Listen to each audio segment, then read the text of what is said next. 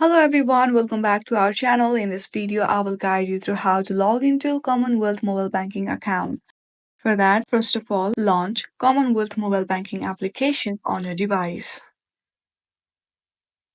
Here on the home page, you will see two options, that is log on and sign up to CommBank. You just have to simply tap on log on. Then your login page will be opened.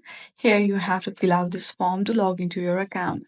First of all, enter your client number. Then you have to enter your password.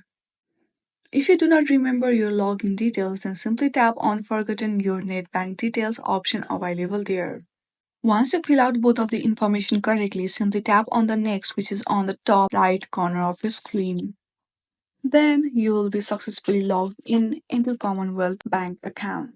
I hope this video was helpful. If you like this video, then please do not forget to like and subscribe to our channel. Thank you for watching.